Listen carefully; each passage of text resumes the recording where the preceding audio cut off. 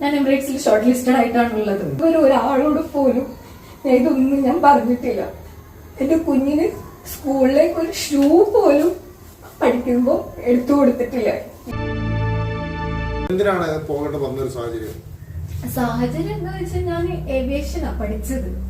അപ്പോ പൂനെയിൽ എറണാകുളത്ത് ട്രെയിനിങ് ഒക്കെ കഴിഞ്ഞു. പൂനെയിൽ ഞാൻ വർക്ക് ചെയ്തു. 8 മാസത്തോളം ഞാൻ പൂനെയിൽ വർക്ക് ചെയ്തു. ഈ ഒരു ഫീൽഡിൽ നല്ലൊരു സ്കോപ്പ് എന്ന് പറയുന്നത് അബ്രോഡിലാണ്. എന്റെ അനിയനും എന്റെ ഫാമിലിയിലും എല്ലാവരും അവിടെയാ വർക്ക് ചെയ്യുന്നത്. അപ്പൊ അവരോടൊക്കെ പറഞ്ഞിട്ടാണ് ഞാൻ ദുബായിലോട്ട് പോയത്.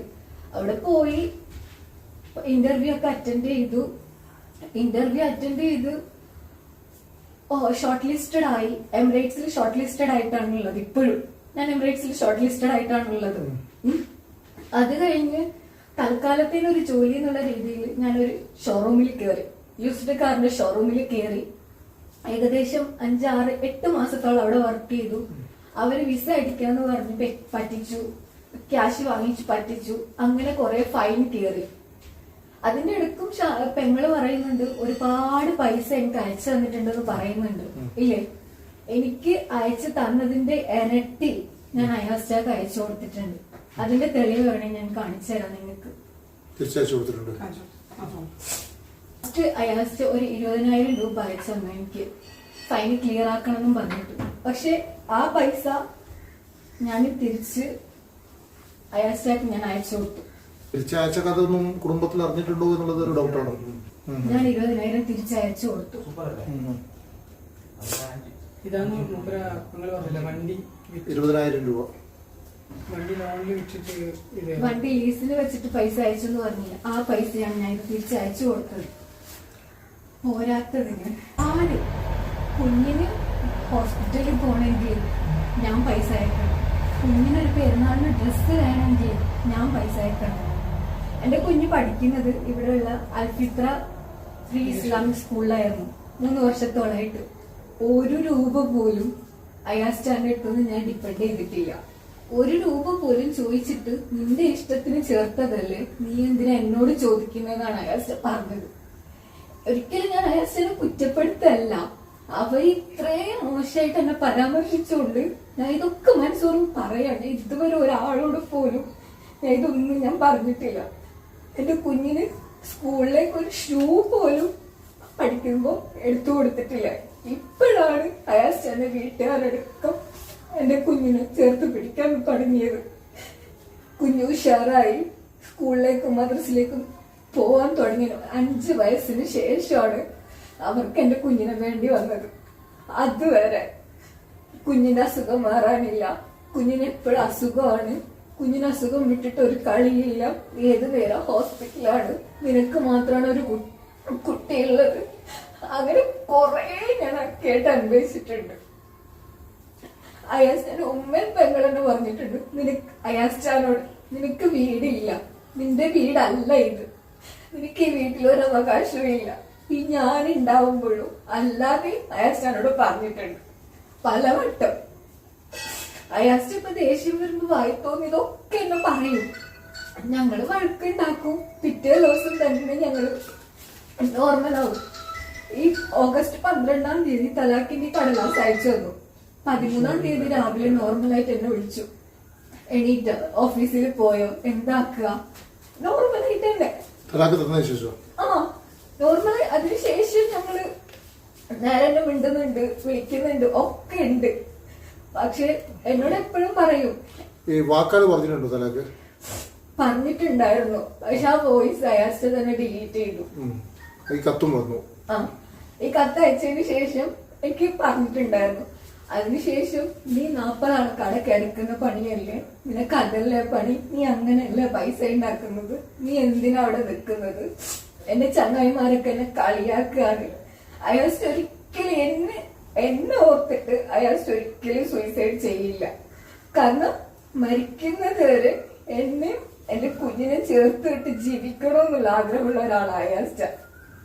പോരാത്തതിന് ഞങ്ങള് എന്റെ കുഞ്ഞിന് മരിക്കുന്നതിന് തലേ ദിവസമാണ് പാസ്പോർട്ടിന് അപ്ലൈ ആക്കിയത്. ആ അയാസ്റ്റ് എന്തിന് സൂയിസൈഡ് ചെയ്യണം പറ? എന്തിന് സൂയിസൈഡ് ചെയ്യണം? കുഞ്ഞും അയാസ്റ്റ് ഈ മാസം ഞാൻ 24-ന് എന്റെ അനിയനോട് എന്റെ ബോസ് പറഞ്ഞു 24-ാം തീയതിക്ക് ഇവൾക്ക് ടിക്കറ്റ് എടുക്കുന്നുണ്ട്. അപ്പൊ എനിക്ക് കുറച്ച് ട്രീറ്റ്മെന്റും കാര്യങ്ങളൊക്കെ ഉണ്ട്.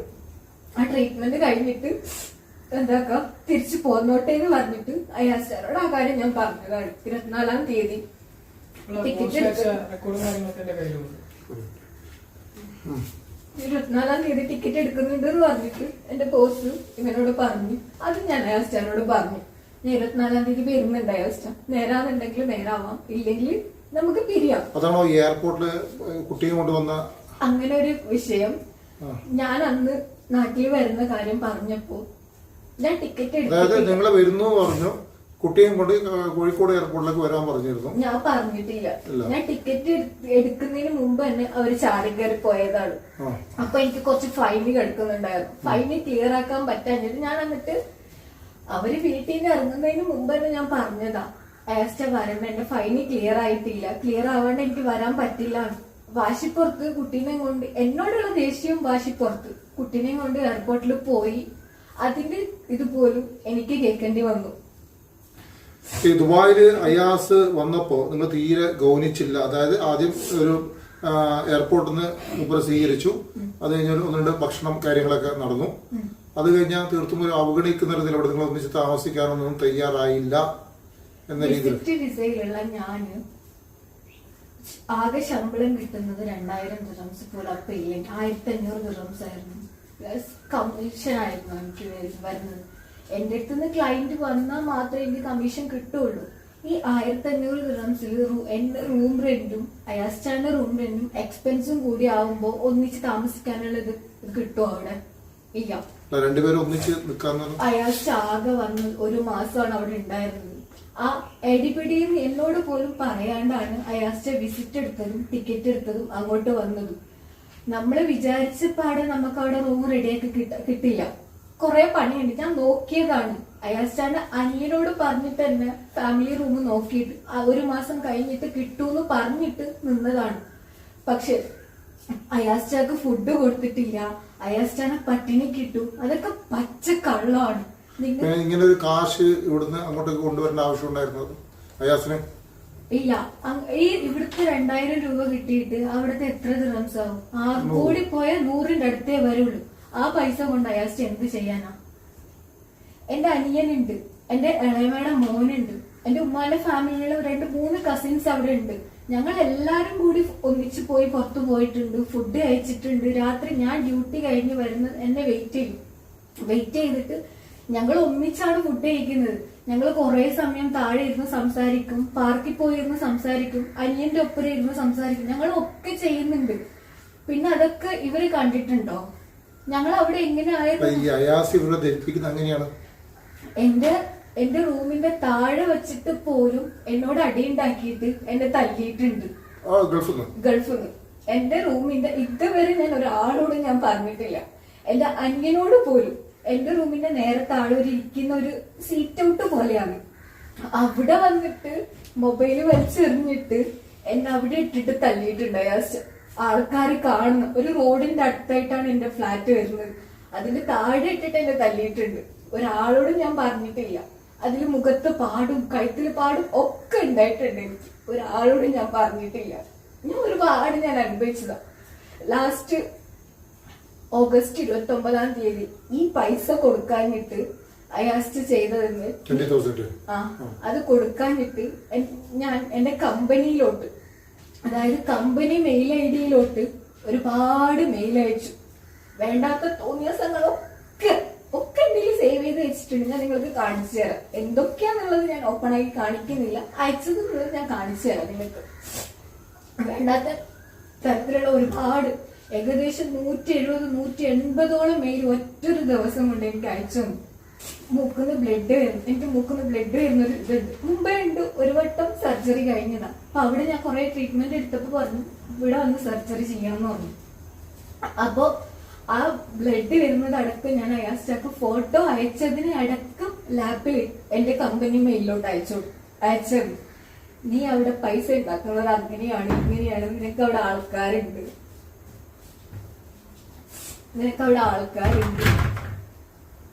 ഈ മെയില് വന്നത് മൊത്തം എന്നെക്കാളും മുമ്പ് കണ്ടത് എന്റെ ഓഫീസിലുള്ള സ്റ്റാഫാണ്.